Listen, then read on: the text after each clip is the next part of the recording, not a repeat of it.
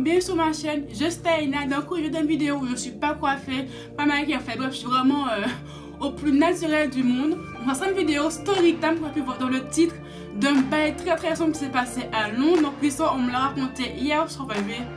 C'est un comédien sur Instagram qui l'a raconté à ses fans. Et franchement, ça m'a choqué du début jusqu'à la fin. Je me suis dit que pourquoi pas vous la raconter aussi, parce que ce genre d'histoire, tu peux quand tirer des conclusions. Parce que pour aller aussi loin, franchement, tu te dis que l'être humain, certains êtres humains sont vraiment capables de tout et de n'importe quoi surtout. Donc pendant que je vous raconte l'histoire, je vais en même temps me lisser les cheveux. Parce que ça m'arrange, parce que j'ai autre chose à faire aussi après. Donc j'ai mis mon protecteur de chaleur de chez L'Oréal Paris. Donc je l'ai acheté à Monoprix au prix de 5-6 euros je crois. Donc franchement ça fait son taf. Je vais laisser mes cheveux avec mon lisseur de chez Babyliss. Donc c'est un lisseur vapeur. Donc là la fonction vapeur qu'on peut activer aussi. Donc là je ne vais pas l'activer parce que j'ai un petit peu la flemme de me lever et de mettre l'eau dedans.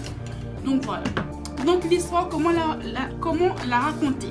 Voilà le souci. Comment je peux raconter cette histoire pour que vous puissiez bien comprendre. Donc on va commencer dans le temps. Donc c'est deux amies, donc deux femmes, se connaissent depuis plus de 15 ans maintenant. Donc franchement elles se connaissent depuis archi longtemps. Elles sont toutes les deux nées au bled, donc au pays, au Congo. Là actuellement elles sont à Londres. Donc voilà, donc, elles sont nées au Congo. Elles ont été élevées ensemble. Elles sont au collège, primaire, lycée ensemble. Franchement elles se connaissent vraiment parfaitement bien. L'une l'autre connaît la famille de l'autre. Enfin, bref, voilà. Vraiment des amis de très longue date, de vrais amis. De vrais amis. Franchement, elles se considèrent comme des sœurs, limite tellement qu'elles se connaissent parfaitement bien. Elles se considèrent comme des sœurs, vous avez bien compris, c'est vraiment des amies de très longue date. Donc elles ont évolué ensemble, elles sont devenues des femmes ensemble. Je disais donc elles ont évolué ensemble, elles sont devenues femmes ensemble et tout. Donc voilà, donc elles se sont installées à Londres, donc les deux meilleures amies. Donc on va appeler l'une Cindy et l'autre Hilary. Allez hop. Hilary, comme c'est comme dans Hilary Devancey. Je ne vais pas trop me tromper de personnage. Donc, elles vivent tous les deux à Londres. Elles sont mariées toutes les deux à des hommes différents. Donc, voilà, elles sont mariées. Elles ont des enfants. Donc, Hilary a 2 enfants, je crois. Et Cindy en a 3. Donc, voilà. Donc, elles sont mariées. Tous les deux ont des enfants de leurs hommes respectifs. Sauf que l'une ou l'autre n'ont pas eu le même parcours. Donc, par exemple, Cindy, elle a eu un parcours net, précis, tracé, n'a pas eu trop d'embûches dans sa vie. Par contre, Hilary, c'était un petit peu beaucoup plus compliqué pour elle. Il y a eu beaucoup d'embûches, beaucoup d'hommes qui ont un petit peu profité d'elle. Voilà, elle galérait un petit peu dans la vie pour trouver du travail, pour réussir dans les études et tout. Donc, une a vraiment eu un parcours presque parfait, l'autre un peu plus galéré. Et à l'heure d'aujourd'hui, donc Cindy, elle travaille, elle a un bon travail, donc elle est vraiment à fond dans son travail. Donc Hilary, ben, elle ne travaille pas tout court, voilà, elle n'a pas cherché de travail, elle galère pour en trouver. Voilà l'histoire. Donc Cindy travaille beaucoup, énormément même, voilà, c'est vraiment tous les moyens pour réussir dans le monde du travail. Donc elle travaille presque tous les jours, voire les week-ends aussi. Le mari de Cindy, il travaille aussi beaucoup, mais il n'a pas les mêmes horaires que sa femme. Voilà, donc le mari de Cindy travaille beaucoup, voilà. Donc le temps passe. Et donc Cindy devait chercher une nounou pour garder ses enfants. Comme elle travaillait, elle quittait beaucoup trop tard pour chercher ses enfants à la sortie de l'école. Et le mari aussi n'avait pas le temps de les chercher parce qu'il était encore au travail quand l'école se finissait. Donc ils ont voulu trouver une nounou. Et Cindy a eu l'idée de demander à sa meilleure amie de venir chercher les enfants à la fin de l'école, de les garder chez elle. Et son mari irait les chercher quand il aurait fini son travail. Donc Hilary a dit oui, bien sûr, que les deux sont meilleures amies. Depuis 15 ans, elles se connaissent. Donc c'est normal que Cindy a pensé à sa meilleure amie. Elle considère comme sa soeur limite, comme elle a vraiment confiance en elle pour garder ses enfants, qu'il n'y ait pas de soucis. Donc Cindy a dit oui, comme je ne travaillais pas, donc ça ne me dérange pas d'aller les chercher tous les jours presque à la fin de l'école, de les garder et que ton mari vienne les chercher après. Donc ce qui s'est mis en place, Cindy allait chercher les enfants tous les jours à la fin de l'école, elle les ramenait chez elle. Et c'est le mari, quand elle quittait le travail, qu'elle allait chercher les enfants chez Cindy pour les ramener à la maison par la suite. Voilà comment ils sont organisés. Donc le temps passe, le temps passe, le temps passe. Quand du comment, Hilary et le mari de Cindy commencent à flirter ensemble. Un petit flirt s'installe entre deux. Je pense surtout que comme Cindy, comme je vous l'ai dit auparavant, travaille beaucoup, mais vraiment énormément, et délaisse un petit peu son rôle de mère, son rôle de femme auprès de son mari. Donc son mari se sent un petit peu délaissé par rapport à ça, ce qui peut se comprendre. Voilà, donc la femme travaille énormément. Quand elle rentre, elle est fatiguée. Elle n'a pas trop le temps de jouer un petit peu la femme séductrice avec son mari. Donc le mari se sent un petit peu délaissé.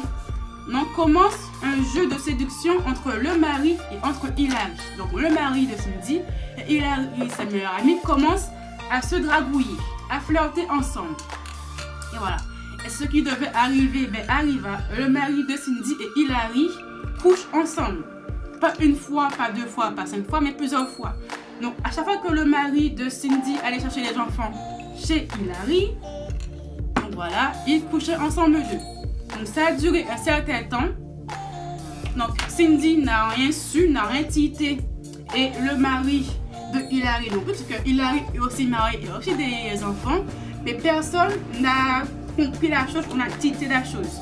Ça devait être vraiment très compliqué. Je vous laisse imaginer les situations gênantes quand les quatre, donc les deux filles et les deux maris se retrouvaient ensemble pour des soirées. Ça a dû être très gênant comme situation que le mari de Cindy et sa meilleure amie couchent ensemble, mais se retrouvent comme si c'était que des potes. C'est une situation très gênante, très sombre. Je vous laisse imaginer la situation qu'ils ont dû rencontrer. Donc le temps passe, le mari de Cindy et Hilary continuent de coucher ensemble. Donc Cindy ne capte rien, le mari de Hilary non plus. À un moment donné, parce que c'est pas la fête du mari, il commence à se rendre compte, donc le mari de Cindy, qu'il commence à déconner, que c'est pas monsieur qu'il fait et tout, qu'il aime sa femme, qu'il aime sa femme et qu'il ne veut pas la faire souffrir. Pendant que le mari a pensé à ça, Hilary, donc la meilleure amie, commence à avoir des sentiments pour le mari de Cindy. Ce qui est normal, à force qu'ils couchent ensemble, une femme éprouve des sentiments pour l'homme. C'est un petit peu logique, me direz-vous. Ça ne m'étonne pas que Hilary commençait à avoir des sentiments pour l'homme. Donc un jour, quand ils se sont vus, Hilary a demandé au mari de Cindy de quitter sa meilleure amie pour elle. Parce qu'elle l'aime, voilà, elle veut vivre avec lui et tout. Donc la femme, voilà, veut vivre avec le mari de Cindy parce qu'elle l'aime, etc. Donc le mari direct lui a dit que non, je ne quitterai pas ma femme, donc je ne quitterai pas Cindy pour toi parce que j'aime ma femme profondément, que je ne veux pas la faire souffrir. Je veux garder ma vie de famille telle qu'elle est.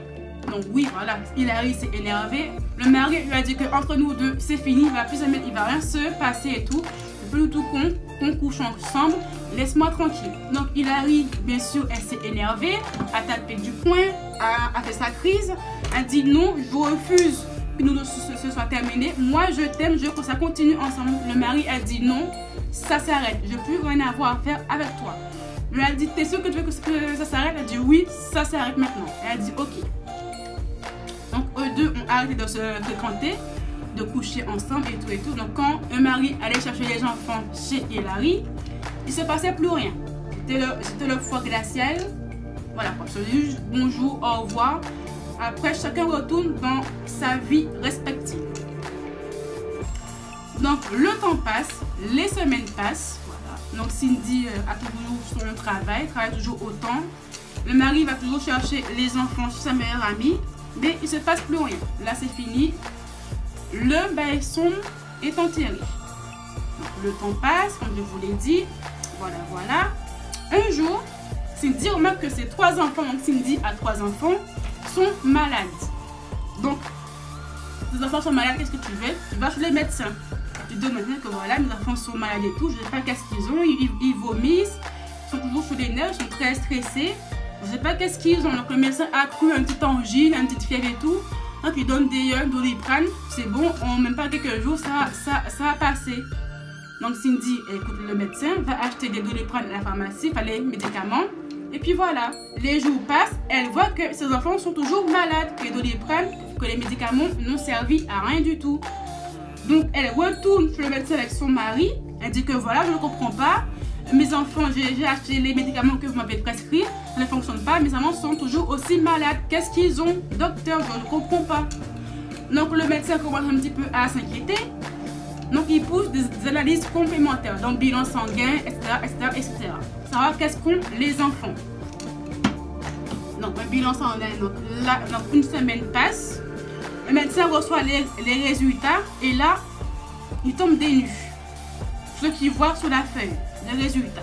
Donc il refait des tests pour être sûr à 100% qu'il n'y a pas eu de soucis ou d'erreur. Voilà, donc il refait un test. Il reçoit encore les résultats qui sont les mêmes que le premier. Donc il appelle la famille, donc la mère, le père, pour leur dire que voilà, il y a un gros souci. Donc la famille arrive chez le médecin. Nous voilà, on a eu votre message. Qu'est-ce qui se passe? Donc il leur dit, ben, asseyez-vous. J'ai une nouvelle plutôt même très inquiétante. Vos enfants, donc sous les 3 enfants, 2 ont le virus du sida. Ils sont séropositifs. Bon là les parents, ils sont tombés des nues. Choqués, parce que les parents ne sont pas séropositifs, ils n'ont pas le sida. Donc comment des jeunes enfants de 8-10 ans peuvent être séropositifs? La question de ouf. C'est vraiment la question que tout le monde se pose. Donc le papa commence à s'énerver. Oui, comment ça se fait? Les enfants sont séropositifs, c'est impossible. Vous vous êtes trompé. Donc je dis que non, je ne me suis pas trompé. On a refait les tests 2 fois. Et oui, pour 3 de vos enfants, 2 sont séropositifs. Donc celui de 8 et de 10 ans. Ils sont séropositifs. Ils sont positifs. Donc les parents choqués commencent à s'énerver. Comment ça se fait? Et tout. Ils cherchent une solution, enfin, une réponse à cela. Comment leur enfant peut être séropositif, comment ils ont été infectés du virus du sida. Donc le médecin leur dit qu'on va prévenir la police. Donc ils ont prévenu la police, ce qui est logique parce qu'un cas comme ça là c'est quand même inquiétant et limite très rare.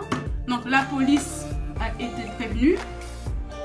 La police leur a dit que voilà, on va interroger tout l'entourage de vous et de vos enfants. Donc tous ceux qui sont entrés en contact avec vos enfants, on va les interroger et les faire un test de dépistage, savoir qui a le sida ou pas. C'est quelqu'un de votre entourage et séropositif ou pas. Donc ils ont interrogé les maîtresses, les enfants, les parents des enfants de l'école primaire de leurs enfants et tout. Et Cindy a appelé donc Hilary pour dire que voilà, mes enfants sont séropositifs, tu dois venir à la police pour te faire dépister et tout. On a un souci. D'ailleurs, c'est vraiment important quoi. Au début,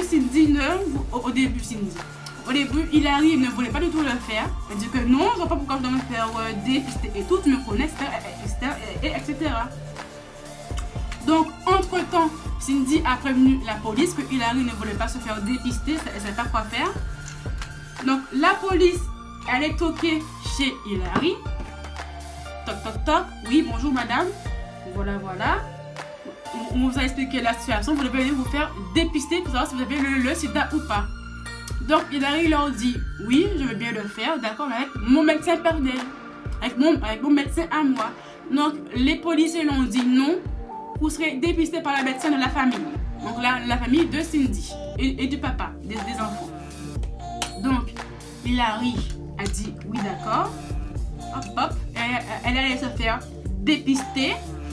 Donc, après, ils devaient attendre les résultats qui prenaient une semaine pour qu'ils aient les résultats finaux du dépistage de Hilary. Entre-temps, Hilary, quand elle est rentrée chez elle, donc elle a pris ses enfants et elle s'est enfuie. Donc Hilary a un petit peu déserté Londres, elle s'est cassée avec ses enfants pour pas être retrouvée par la police. Pourquoi me direz-vous? Je pense que vous avez compris. Une semaine après que Hilary s'est cassée et tout, donc Cindy ne le savait pas encore, le médecin et la police ont eu les résultats du test de dépistage de Hilary. Donc ils ont convoqué la famille, donc Cindy et le papa. Donc ils ont dit que voilà, Hilary est séropositive. Donc là, c'est tombé des nues. Elle est séropositive. Donc là, Cindy commence à s'énerver, mais comment ça se fait? Moi, je ne le savais pas, elle ne m'a jamais rien dit. Elle commence à demander comment ça se fait que Hilary soit séropositive et que mes enfants aussi, je ne comprends pas. Et là, le mari commence à tilter. Il se dit, mais est-ce que c'est pas venger que je vais les quitter sur mes enfants? Là, le mari commence à cogiter. Il cogite, et là il se dit non, il faut que je dise la vérité à ma femme. Donc il dévoile la vérité à sa femme, aux gendarmes, que oui, qu'il a eu une relation avec Hilary et qu'il l'a quitté un petit peu brusquement et que Hilary n'était pas contente qu'elle le quitte. Donc sa femme Cindy s'est énervée, a crié, elle a tapé. Oui, comment ça se fait que tu me trompes avec ma meilleure amie? Est-ce que tu te rends compte peut-être qu'à cause de toi, les enfants sont devenus séropositifs à cause de tes conneries à toi? Voilà, donc dispute conjugale, Cindy qui s'énerve, le mari qui, voilà quoi, ne peut rien dire à part que voilà quoi, que prendre cher, c'est sa faute. Tu vois qu'il dit quoi, le mec, il a trouvé sa femme avec sa meilleure amie et ses enfants peut-être ont été victimes de son débordement. Donc la police appelle chez Hilary et il voit qu'elle n'est pas là. Elle n'est plus là, que le film s'en dans le vide. Et le mari de Hilary, parce que Hilary est aussi marié, leur dit que non, Hilary n'est plus là, elle est partie avec les enfants. Ça cogite. Donc les policiers ont fait un truc de recherche sur Hilary, comment ça s'appelle encore? Enfin bref, voilà. Il contacte d'autres policiers, puis voilà, on cherche cette femme-là. Si vous l'avez vue, prévenez-moi. Heureusement qu'en France, tout est payant. Tout avoir du liquide et de la carte bleue. Donc on veut que Hilary a payé une chambre dans un hôtel. Hop, un hôtel qui était près d'un aéroport. Donc ils ont compris que Hilary voulait quitter le territoire français pour se rendre dans son pays natal qui est le Congo. Donc vite fait bien fait, ils sont allés chercher Hilary à l'hôtel avec ses enfants. Ils l'ont ramené au poste de police. Et là, on dit que oui, voilà, on sait que vous êtes séropositif. Comment ça se fait que les enfants ont été contaminés? Donc, il a un petit peu travaillé au corps pour savoir la vérité. Et la vérité, c'est que voilà, Hilary a craqué, a dit que oui, je suis séropositif. J'ai pris une seringue, j'ai prélevé mon sang et je les ai injectés aux 3 enfants. Really, nigga? Oui, vous avez entendu. La meuf a pris une seringue, elle a pris de son sang et a infecté intentionnellement les 3 enfants de sa meilleure amie. Sur les 3, 2 sont séropositifs. Ils ont 8 et 10 ans. Ils n'ont rien demandé dans la vie. Ils sont jeunes, même pas adolescents. Et ils sont séropositifs parce que la femme ne supportait pas que le mari de Cindy l'ait quitté et ne peut en avoir avec elle. Je vous laisse imaginer la tête des gendarmes quand ils ont entendu ça. Comment tu peux réagir? Cette femme, Hilary, a voulu se venger du mari en prenant ses enfants et en leur donnant intentionnellement le virus du sida. Ils sont séropositifs parce qu'ils ont 8 et 10 ans. C'est du grand n'importe quoi. Ça, c'est pas un bail très très sombre, mais extrêmement sombre même. Les gosses n'ont rien demandé et les ont infectés personnellement. Et lui a transmis le virus du sida, s'il vous plaît. 2 sur 3 sont séropositifs à vie. Leur vie est pratiquement presque foutue, même pas, on va pas dire ça, mais voilà quoi. On va demander. Ils sont séropositifs. Donc là, les policiers sont tombés des nues. Ils ont appelé la famille, donc Cindy et le mari. Ils disent que voilà, Hilary a avoué. Elle a transmis le virus du sida à vos enfants pour se venger de votre mari. Donc là, Cindy s'est écroulée en larmes. Le mari s'est écroulé en larmes. C'est de dire que regarde, voilà ce que tu as fait. Par ta faute, nos enfants sont séropositifs à vie. Par ta connerie de ne pas avoir gardé ton deuxième cerveau dans ton pantalon. Comment on fait maintenant? Comment on fait? Voilà ce qui s'est passé.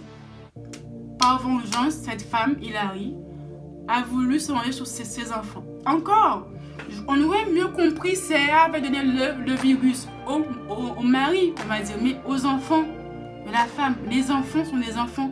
Ils n'ont rien demandé. À cause des conneries des grands, des adultes, du père, du mari de Cindy et de Hilary, les enfants ont été maudits, quoi. Ils sont séropositifs. Et comment tu peux expliquer aux enfants qu'ils ont le virus du sida quand ils auront 15 ans et que la mère devra leur dire que voilà, comment ils ont eu le virus du sida, qu'est-ce qu'il va leur dire? Et voilà, votre père m'a trompé avec ma meilleure amie pour se venger. on vous a transmis son virus.